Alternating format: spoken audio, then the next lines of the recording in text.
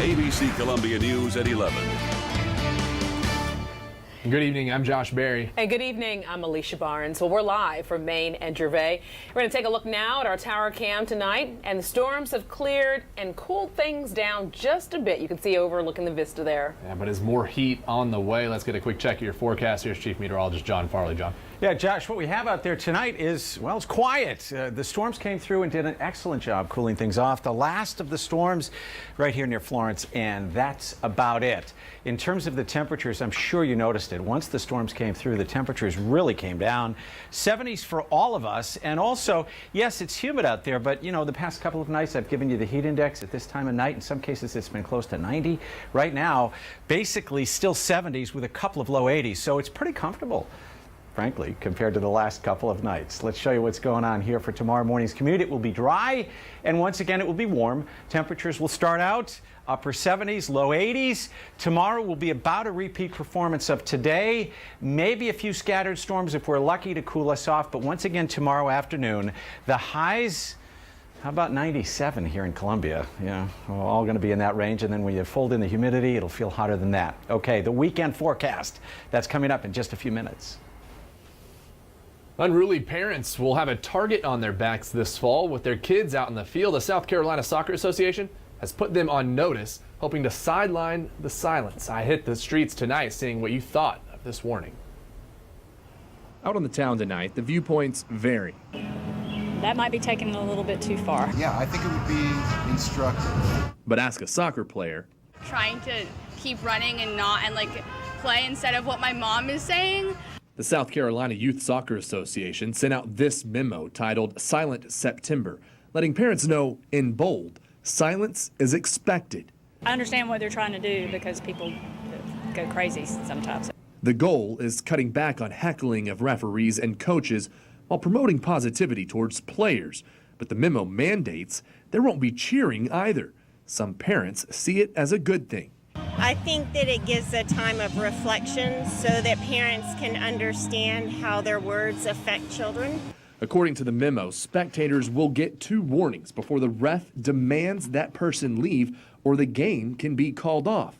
Mia's dad is a coach for a different league and favors the instructive change, but maybe not this approach, considering most of those refs are teens. And it's not fair to the refs. The refs are they have enough to do without having to warn people. Silence or not, come September, youth will still hit the fields with one goal: to play soccer. And Mia keeps it in perspective. And it's it's a kid's soccer game, so I don't know why you would be super invested.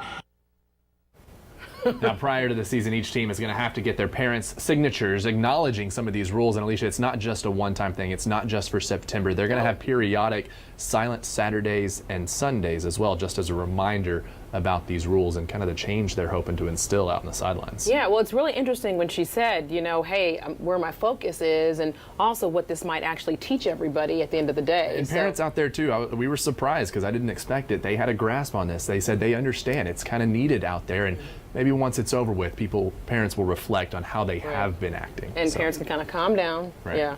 All right, great story reporting tonight. On the crime beat tonight, new at 11, a reward is now being offered for a South Carolina prison escapee. Yeah, Jimmy Cossey has been on the run for over 24 hours from Lieber Correctional. So how did he get out? That's the big question. Corrections officials say they're still investigating. We're not getting a lot of answers, but they are calling the 46-year-old extremely dangerous. The Dorchester County Sheriff's Office has deputies canvassing the roads surrounding the prison. Officials are asking anyone who sees Cossey not to approach him, but to please call 911. Dorchester County Sheriff L.C. Knight says extra patrols have been added. At this point in time, I can't say whether he's still in our neighborhood or not. We think at this length of time he's most probably gone. He's gotten a ride or gotten out of our neighborhood. I wouldn't think he's going to stay close to the prison where he broke out of. Now, this is Cossey's second escape. It's not new for him. In 2004, he made it out of Kirkland Correctional here in Columbia in the back of a garbage truck. Cossey is serving a life sentence for kidnapping Columbia attorney Jack Swerling and his family back in 2002. And authorities have arrested 2 people in connection with the theft of nearly 40 handguns. It's a case we shared with you earlier this week. 19-year-old Tyrone Fleming and 20-year-old Akilo Simon both face charges Lexington County deputies say the two broke into JC's Outdoors Tuesday morning and stole more than $10,000 worth of handguns. Deputies say they've recovered some of the guns and are working to find the rest. All right, heading to Georgia now, where a mother is in custody tonight accused of stabbing her 4 children and their father. Now, a 5th child was also seriously injured. The Gwinnett County Sheriff's Office says 33-year-old Isabel Martinez is now being held without bond in the county jail. Authorities say all of the children appear to be under the age of 10 years old. 63 pounds of weed. That's how much deputies say they seized from a couple in a Sumter County drug bust. ABC Columbia's Angela Rogers has more tonight on the investigation and why police say this may be a record bust. A tip to law enforcement saying when and where a large load of marijuana would be trafficked was enough information for Sumter County to find a matching vehicle hidden in a neighbor's yard. Normally when we see traffickers and trafficking in this amount, they probably look just as normal as you and I would be traveling. 63 pounds or $180,000 worth of marijuana is the largest drug bust that Sheriff Dennis can remember. In my 35 years, this is the largest marijuana bust that we've had. According to Sheriffs Robert Hendricks and his wife Marianne Hendricks of Dalzell were arrested Wednesday in connection to the large amount of marijuana seized. Sumter sheriffs just made one more arrest. Their son Michael Anthony Hendricks of Rembert turned himself in without incident, but sheriffs say this isn't the end of drug trafficking in their area. And let this be a warning to those who are trafficking drugs in Sumter County. Law enforcement believes the 3 were coming back from the state of Washington, and they say if they weren't able to catch them, the marijuana would have been on their streets within a week. The 3 arrested are charged with trafficking marijuana, which is a Class E felony in the state. They could get up to 10 years in prison and pay a heavy fine. This is just feel like a tip of the iceberg what have been brought into Sumter County by these traffickers. In Sumter County, Angela Rogers, ABC Columbia News. Stand by.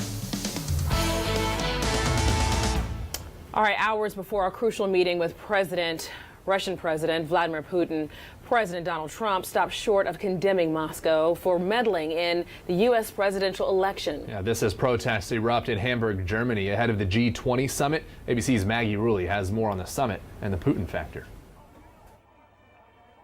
Using tear gas and water cannons, German police battle thousands of protesters demonstrating against capitalism outside the G20 summit. As President Trump touches down in Hamburg, he's greeted with a formal handshake from German Chancellor Angela Merkel. Just hours earlier, Merkel took what sounded like an indirect dig at President Trump, saying in globalization, there must not always be losers where there are winners. Das ist eine Win-Win-Situation. At almost the same time, President Trump had a subtle slight of his own against Germany. The West became great, not because of paperwork and regulations, but because people were allowed to chase their dreams. The two don't see eye to eye on trade issues or climate change, both major topics at this year's G20. Also high on the list, North Korea. It's a threat, and we will confront it very strongly. And Russia. On Friday, President Trump sits down with Russian President Vladimir Putin for the first time. But today, he avoided placing the blame for last year's election hack solely on Russia. I think it could very well have been Russia, but I think it could well have been other countries. But 17 U.S. intelligence agencies have concluded that Russia meddled in the 2016 election, trying to help then-candidate Trump. The president's having dinner with the leaders of South Korea and Japan tonight. But again, all eyes are on that big meeting with Putin happening tomorrow. We're told the president is preparing by reviewing briefing books on U.S.-Russian relations. Maggie Rulli, ABC News, Washington. We have a recall tonight that might impact those of you who like to grab a quick snack. Cliff Bar is recalling 3 of its products due to undeclared nuts. The FDA says Cliff Bar got complaints of allergic reactions to tree nuts and peanuts. Recalled items are Builder's Bar Chocolate Mint flavor, Cliff Kid Z-Bar Protein Chocolate Mint, and Cliff Kid Z-Bar Protein Chocolate Chip. And one arts and crafts store is facing a fine accused of receiving smuggled artifacts. Hobby Lobby agreed to settle a civil action the Justice Department brought against the company. The DOJ says the company received falsely labeled artifacts from a United Arab Emirates-based supplier. In a statement, Hobby Lobby's president admitted they should have been more careful about these acquisitions. All right, a reptile causing problems tonight. Utility officials say a snake is to blame for a power outage that left more than 4,000 customers without electricity in the upstate. And Duke Energy says they are constantly working to improve barriers to prevent snakes, squirrels, and birds from causing outages. Greenville County residents were in the dark today for about an hour and a half. And back here at home, check out these new arrivals at Riverbank Zoo. These two are 1-month-old black-footed kittens. So if you'd like to see the furry twosome, check them out at the Riverbanks Conservation Outpost. Zoo officials say they'll be playing, relaxing, or just exploring their new habitat. All right, stay with us because coming up next, the 4th may be over, but one Midland city still has some sparkle and some shine left. Plus, it may be the ultimate coffee lover's dream, and it could be the new key to a diet. It's next on ABC Columbia News, live from Maine and Gervais. Hey guys, let's get fit. Tomorrow we are getting in shape for the weekend. You don't want to miss Fitness Friday with us. Wake up with the Good Morning Columbia crew tomorrow, starting at 5 a.m. From Maine and Gervais, this is ABC Columbia News with Josh Berry, Alecia Barnes, weather with Chief Meteorologist John Farley, and sports with Mike Gillespie. Experience ABC Columbia News at 11.